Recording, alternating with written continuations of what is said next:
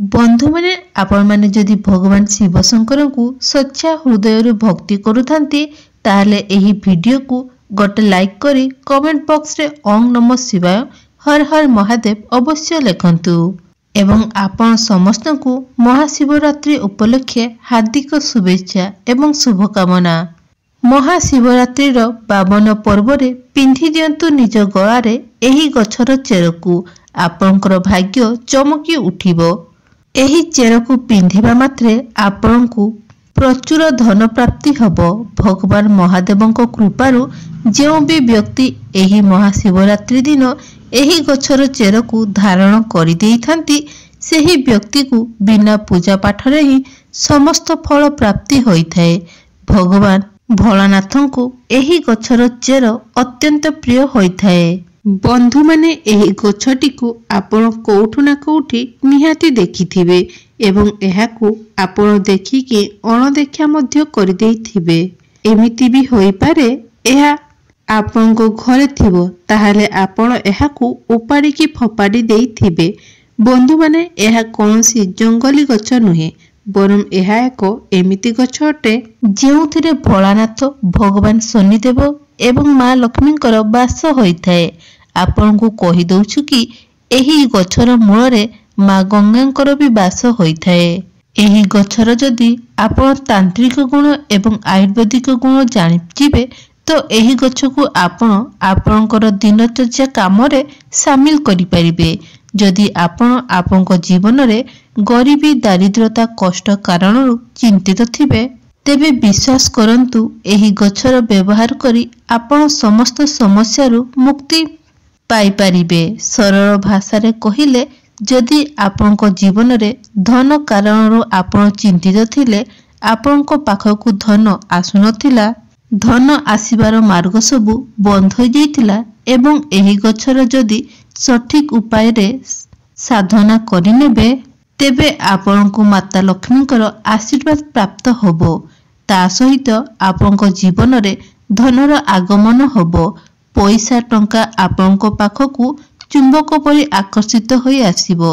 जदि आपनकर शत्रु आपनकू विनाश करिया पई चाहुचंती तेबे एही गछर जदि सठिक उपाय रे आपण साधना करनेबे भगवान शनिदेवंकू खुशी करिदेबे आपनकर शत्रुंकर विनाश होई जिवो। जदि आपण आपनक जीवन रे कोनसी अन्य समस्या नै चिंतित थिले तो आपनकर भाग्य आपनकर साथ देउ नथिले तो आपनकू एही गछर ठीक साधना करियाकू हबो जहा द्वारा आपण भगवान शिव शंकरंकर आशीर्वाद प्राप्त करि पारिबे।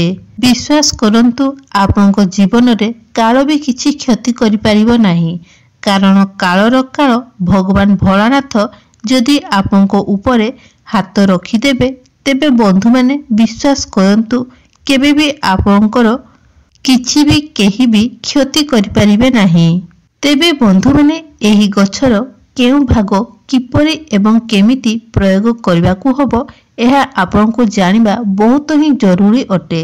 जो विषय रे आज मु एही वीडियो रे कहिबी एही गछरे दुईटी गुण रहिछि गोटिए गुण आयुर्वेदिक एवं अन्यटी तांत्रिक गुण।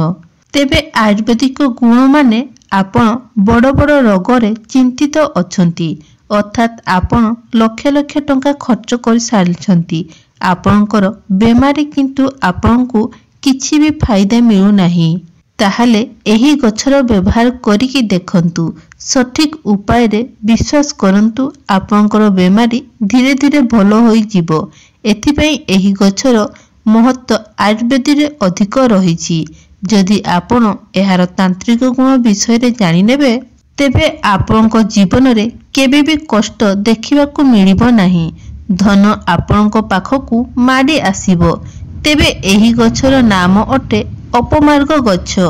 एहा ओडिसा रे बहुत अधिक देखिबाकू मिलिथाए।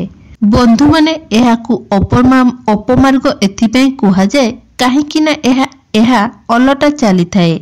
एही गछर उपरी भाग अलटा चली थाए। आपण अलगा गछ को देखिथिबे सेमाने बीज थाए जो जहा कि सेमाने सीधा होई थांती किंतु एही गछर बीज अलटा होई थाए। एथिपई आयुर्वेदिक भाषा रे ଏହାକୁ ଅପମାର୍ଗ କୁହାଯାଏ। ଏହାର ବୀଜ ଯେଉଁ ଓଲଟା ଉଠିଥାଏ ଏହା ହେଉଛି ଏହି ଗଛର ସବୁଠାରୁ ବଡ଼ ଏକ ଖାସ୍ ମହତ୍ତ୍ୱ ହୋଇଥାଏ। ସର୍ବପ୍ରଥମେ ଆପଣଙ୍କୁ ଏହା କହିବି, ଯଦି ଆପଣ ବାସ୍ତୁତନ୍ତ୍ର ବା ବାସ୍ତୁଶାସ୍ତ୍ରର ବନସ୍ପତି ଜ୍ଞାନର ଅଧ୍ୟାୟ ନମ୍ବର 51କୁ ଯିବେ, ସେଠାରେ ଆପଣଙ୍କୁ ସଫା ସଫା ଦେଖିବାକୁ ମିଳିଯିବ ଏହି ଗଛର ବା ଏହି ଗଛକୁ ସନ୍ଥ ମୁନି ଋଷିମାନେ ଏହାର ବ୍ୟବହାର କରୁଥିଲେ ବା କରିଥିଲେ। ପୂର୍ବ କାଳରେ ଏହି ଗଛକୁ ଧର୍ମଶାସ୍ତ୍ରରେ ଏକ ଶୁଭ ଗଛ ମନାଯାଇଥାଏ। ମନାଯାଏ କି ଏହି ଗଛର ବ୍ୟବହାର କରି ଆପଣ ଆପଣଙ୍କ ଶରୀରରେ ପ୍ରୋଟିନ୍କୁ ପୂର୍ତ୍ତି କରିପାରିବେ। ପୂର୍ବ କାଳରେ ସନ୍ଥ ମହାତ୍ମାମାନେ ଥିଲେ ଯେତେବେଳେ ମାସ ମାସ ଧରି ତପସ୍ୟାରେ ସେମାନେ ଲୀନ ହୋଇ ରହୁଥିଲେ। ଭଗବାନଙ୍କର ଆରାଧନାରେ ସେମାନେ ଏହି ଗଛର ଚେର ଖିଚୁଡ଼ି ବନାଇ ଖାଉଥିଲେ, ଯାହା ଫଳରେ ସେମାନଙ୍କୁ 10 ଦିନ ପର୍ଯ୍ୟନ୍ତ ଖାଇବାକୁ ପଡୁନଥିଲା। ଏହି ଗଛଟି ଏମିତି ଏକ ଗଛ ଅଟେ ଯାହାକି ଅମୃତର ବୁନ୍ଦା ପଡ଼ିଥିଲା। ଯେତେବେଳେ ସମୁଦ୍ର ମନ୍ଥନ ହୋଇଥିଲା ଏବଂ ଯେବେ ଅମୃତ ଧରିତ୍ରୀକୁ ଆସିଥିଲା ତ ଅପମାର୍ଗ ଗଛ ଉପରେ କିଛି ବୁନ୍ଦା ଅମୃତ ପଡ଼ିଥିଲା, ଯେଉଁ କାରଣରୁ ଏହାର ମୂଳରେ ମାତା ଗଙ୍ଗାଙ୍କର ବାସ ହୋଇଥିଲା ବା ହୋଇଥାଏ। ଯଦି ଆପଣ କୌଣସି ପୁରୁଣା କାଳିଆ ଲୋକମାନଙ୍କର ସହିତ ମିଶିବେ ତ ଆପଣ ଏହା ଜାଣିବାକୁ ପାଇବେ ଯେ ପୂର୍ବ କାଳର ଲୋକମାନେ ଏହି ଗଛର ମୂଳକୁ ବ୍ୟବହାର ନିଶ୍ଚିତ କରୁଥିବେ। ସେମାନେ ଏହାର ମୂଳରେ ଦାନ୍ତ ଘଷୁଥିଲେ।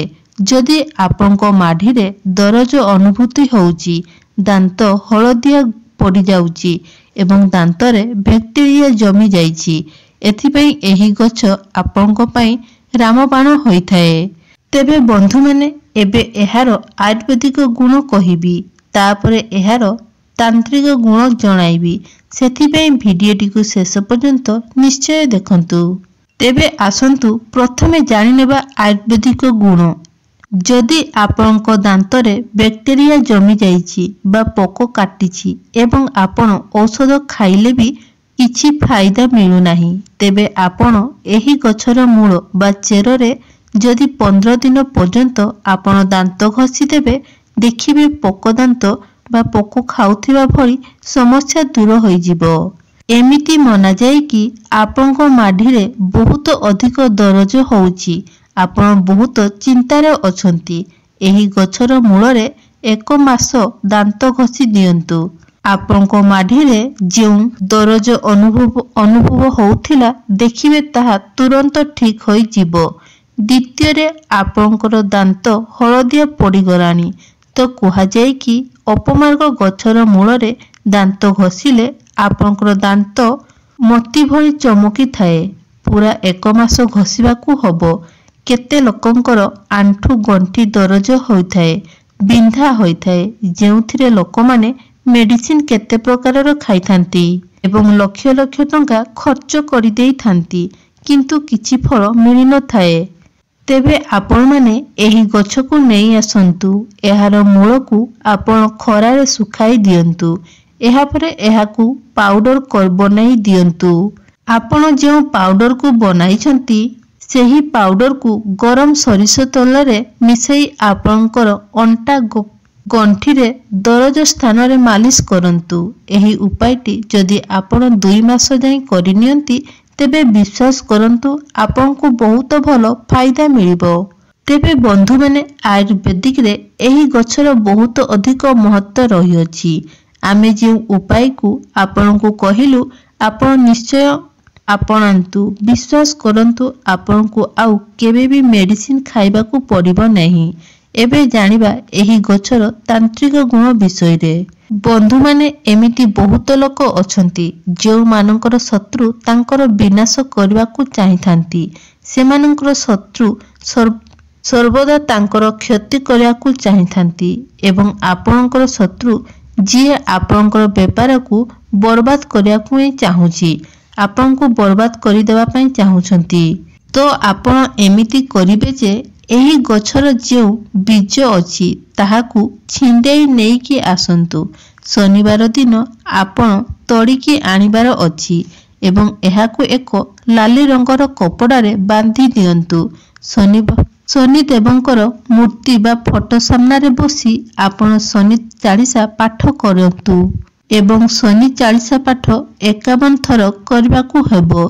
जदि आपण एमिति करूछंती तेबे आपणकर बा जेउ लाली कपड़ाटी आपण एमिति जगार रखंतु जेउठाकू केही जीवा आसीबा करूनथिबे। देखिबे आपणकर शत्रु केते भी शक्तिशाली हेइथाउ ना काहेकि केते भी बलवान होई जाइथाउ आपणकू बर्बाद करिया कई चाहिबो अलटा सही शत्रुर विनाश होई जिवो।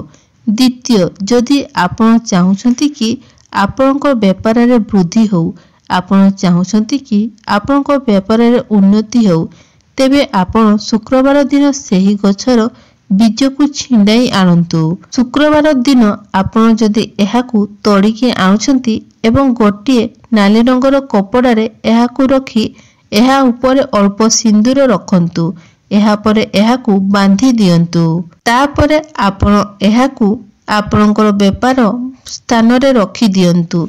देखिबे आपणको व्यापार रे वृद्धि हेबा आरंभ होई जिवो। धनर अभाव केबे भी हबो नाही। तृतीय उपायटी हैला, जदि आपनको लागुछि कि आपनको पछरे भूत प्रेत खराब आत्मा पड़ी रहिछंती, आपण चिंतित अछंती, ताहाले आपण एही उपायटी करि नियंतु। केबे भी आपनको उपरे भूत प्रेत कला जादूर प्रभाव पड़िबो नाही। आपनको केवल सोमवार दिन एही गछर मूल छिंडाई आनिबार अछि। एहा परे एहार मूल बा चेर को भल भाबरे धोई दियंतु। भगवान शिव शंकरंकर फोटो बा मूर्ति सामना रे बसी 108 थर ओम नमः शिवाय जप करंतु। गोटे चांदीर ताबिज रे एहाकू भरी दियंतु एवं एहाकू आपण धारण करंतु। केते भी बड़ कला जादू हो, केते भी बड़ भूत प्रेत होइथाउ, समस्ते आपणकर पीछा छाड़ी देबे। बंधु माने चतुर्थ उपाय जदि आपण करिदेबे तेबे आपणकू समाज रे मान प्रतिष्ठा निश्चित प्राप्ति हबो। जदि आपण तिलक धारण करिथांती तो आपण गोटिए कथा जानि नियंतु। मंगलवार दिनटी भगवान हनुको दिन बा हनुमानको दिन। एही दिन एही अपमार्ग गछकू उपाड़ी नहीं आसंतु एवं एहार मूलकू धोईकी सुखाई दियंतु। आपण जेउ भी तिलक धारण करूछंती सेथिरे गोटिए चुटकी एहार पाउडर पकाई दियंतु एवं आपण चाकरी प्राप्त पाई हो, आपण इंटरव्यू देबा पाई जाउछंती, आपण कोनोसी व्यापारर मीटिंग पाई जाउछंती तो आपणकर मंगल बहुत भल होई जिवो। जदि कोनोसी व्यक्तिंकर मंगल भल स्थिति रे रहि नथांती बा रहिथांती तो तांकु मानंतु सेमानंकर समस्त कार्य रे सफलता मिलिथाए। एमिति करिबा परे आपणकर मंगल बहुत भल स्थिति रे आसीबे। एहा छडा आपण जे कार्य पाई जाउछंती सेही काम रे आपणकू निश्चित सफलता मिलिबो। आपण सेही काम रे सफल होई जिबे।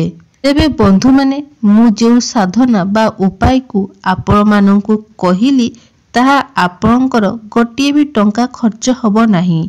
परंतु एही उपाय को आपण जदि करि परिले तेले आपण माने लक्ष लक्ष टंका रो तो फायदा पाई परिबे।